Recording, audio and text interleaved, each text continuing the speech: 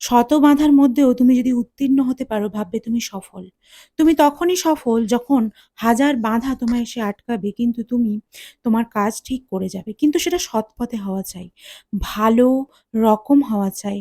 অসৎ পথে কখনো কেউ বড় হতে পারে না। সেই কারণে যখনই কোনো কাজে এগোনো দরকার সেটা সৎ পথ যেন হয়। নমস্কার বন্ধুরা, আমি রেণুকা আজকে চলে এসেছি আবার একটা নতুন ভিডিও নিয়ে। সকালবেলা গেছিলাম ওয়ার্কআউটে। ওয়ার্কআউট থেকে এসে দেখলাম আজকে আমাদের হেল্পিং হ্যান্ড কাকিমা আসেনি।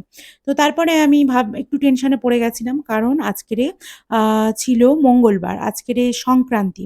সংক্রান্তির দিনটা এমন হয় যে আমরা হাসব্যান্ড ওয়াইফ মানে তোমাদের দাদাভাই আর আমি খাই আজকেরে শুধুমাত্র আতপ চালের ভাত আর আম মানে আলু ওর সাথে একেবারে সিদ্ধ দিয়ে লঙ্কা দিয়ে। তো তোমরা এবার বলবে আলু কেন খাচ্ছ? আজকে সংক্রান্তির দিনে সারাদিন আর কিছুই খাওয়া যায় না। তারপরে দেখলাম না আমাদের হেল্পিং হ্যান্ড কাকিমা 12:45 টার সময় চলে এসছেন। তো ভাবলাম যে ঠিক আছে তাহলে একটু কাকিমাকে দিয়ে ওই দিকটা ওই সাইডটা একটু আ উপরে তুলে উনি তো হালকা-ফুলকা মানুষ, তো আমার এই বিছানার চাদরটা একটু ধরে দেখ। তো কাকিমাকে ডাকলাম, "কাকিমা একটু ধরে দাও, আজকে একটু দেরি হয়ে গেছে কিন্তু তবুও কিছু করার নেই। আমার বিছানার চাদরটা অনেকদিন হলো ময়লা পড়েছে এবং আমি একা কিছুই করতে পারছি না, সময় পাচ্ছি না ঘর পরিষ্কার করতে, সবকিছু করতে।" তো যাই হোক সমস্ত কাজের ব্যস্ততায় কিভাবে যে সকাল থেকে রাত হয়ে যায় বুঝতে পারি না। তারপরে চলে এসেছি স্নান-টান করে রান্নাঘরে, মানে স্নান আগেই করে নিয়েছিলাম বিছানার চাদর পাতার আগে। তারপরে মানে যেহেতু এই কথাটা বলে অভ্যেস হয়ে গেছে না, তো যাই হোক এখানে আজকে চলে এসেছি আর এই যে অল্প মাছ রান্না হচ্ছে, এটা আজকে দোকানের রান্না। আর আমার শাশুড়ি মায়ের জন্য কালকে কাঁকড়ার তরকারি আর নিহেরে মাছের মানে লোটে মাছের তরকারি তোলা আছে। তার কারণ একটাই, গতকালকে ছিল সোমবার। তো সোমবার দিন আমার শাশুড়ি মা উম মানে নিরামিষ খান। আ সেই কারণে উনার ভাগের তরকারিপত্র সব ফ্রিজে রাখা আছে। অ্যা একটা মানুষ যখন খান না মানে কোনো তরকারি বা কোনো কিছু বাড়িতে রান্না হলে তখন তার ভাগেরটা আমরা কি করি তুলে রেখে দিই। সেটা সব ক্ষেত্রেই। মানে ভালো লাগে এটা যে আমরা খাবো উনি খাবে না। উনি বলেছিল রাখতে হবে না। তো আমি বললাম, "না, আ সবারই খাওয়া দরকার আছে।" তো সেইজন্য আমি তরকারি ফ্রিজে রেখেছিলাম। তো আজকে গরম করে দেব। তাই এই যে আম কেটে দিয়েছে আর এই বেগুন আলু দিয়ে হবে এই কাতলা মাছটার ঝোল। মাছগুলো খুব ছোট পিস করেছিল এবং ভালো ছিল না মাছগুলো। তো যাই হোক এখানে বেগুন আর আলু কেটে নিয়েছি আর কাকিমা তো আসতে দেরি করেছে আজকে। সেই কারণে আমি যতটা পেরেছি কাজ তাড়াতাড়ি এগিয়ে ফেলেছি। আর এখানে মাছটা ভাজা বসিয়ে দিয়েছি। কাকিমা এসে এবারে আদা জিরেটা বেটে দিচ্ছে। আমি ভেবেছিলাম না এলে আমি মিক্সিতে মানে সবকিছু বেটে নেব। তো উনি এসে পড়েছেন যেকালে তাহলে বললাম বেটে দাও। তো এখানে প্রেশার কুকারটা নেওয়ার একটাই কারণ, এখানে বসাবো চাটনি। আসলে কড়া, খুন্তি অনেক কিছু মাজা পড়েছিল মানে হয়নি তো, সেই কারণে আমি প্রেশার কুকারেই চাটনিটা বসাচ্ছি। তার কারণ হলো এই গ্যাস মানে রান্না হয়ে গেলে আবার এখানে মুছে-মাছে আমাদের নিরামিষ রান্নাটা করতে হবে। মানে ওই যে আতপ চালের ভাতটা ওটা বানাতে হবে। সেই কারণে আমি দেরি না করে কড়া না থাকায় আ আমি প্রেশার কুকারে করে বসিয়ে দিচ্ছি। আর এই যে এটা একটা নিরামিষ হাঁড়ি। তো পিতলের হাঁড়িতে করে করলে খুব ভালো।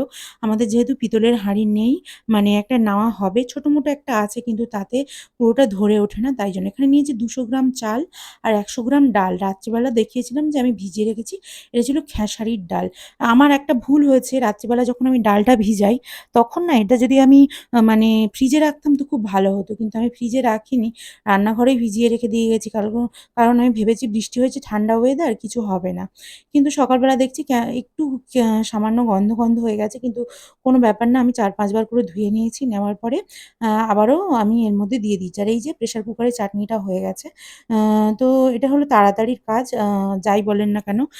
তো তারপরে আমি এখানে চাটনিটা করে একটা ঝিক ভালো করে মুছে এখানে বসিয়ে দেব আমাদের ভাতটা। আরেকটা কথা বলে রাখি, এখানে আজকেরে মানে একটু তাড়াতাড়ি তো ভাত যাবে। তো সেই কারণে মানে অন্য দিনের থেকেও আজকে একটু তাড়াতাড়ি ভাত যাবে। সেইজন্য নইলে সমস্ত রান্না বিড়ালের মাংস হয়ে গেলে তারপরে আমি আমাদের ভাতটা বসাতাম। কিন্তু কি করব তার আগেই বসিয়ে দিলাম। আর ওদিকে বিড়ালের ভাতের হাঁড়িটা বসে গিয়েছে আর আ তারপরে আ আমাদেরও ভাতের হাঁড়িটা বসিয়ে দিয়েছেন কাকিমা। তো ওই কাকিমা কিন্তু অনেক হেল্প করেন আমাকে এবং যা বলি শোনে আর মাঝে আবার একটু তর্ক-বিতর্কও হয়ে যায়। কেন জানি না কাকিমা একটু মানে বেশি কাজের চাপ হলে মাথা গরম হয়ে যায়। তো সেই কারণে। তো এই যে চলে এসছে আবার মানে মাছের ঝোলে হাত একবার মানে প্রতিবারে একবার যখন মাছে মানে খুন্তিটা নাড়ছি, নাড়াচাড়া করছি তখন আরেকবার হাত ধুয়ে তারপরে ওদিকে ওই ভাতটা নাড়াচাড়া করছি। এই হচ্ছে ব্যাপার। নিরামিষের দিনে আমি জানি না কারা এরকম মানে ঠেকাঠেকির ব্যাপারটা মানে পালন করেন, আমি কিন্তু খুব পালি। তার কারণ একটাই, আ মানে যদি আমি নিরামিষ খাচ্ছি তো তার মধ্যে যদি আমি মানে আ কি বলে আমিষ তরকারি বা মাছের তরকারি হাতটা দিয়ে ফেলি তাহলে কিন্তু হবে না।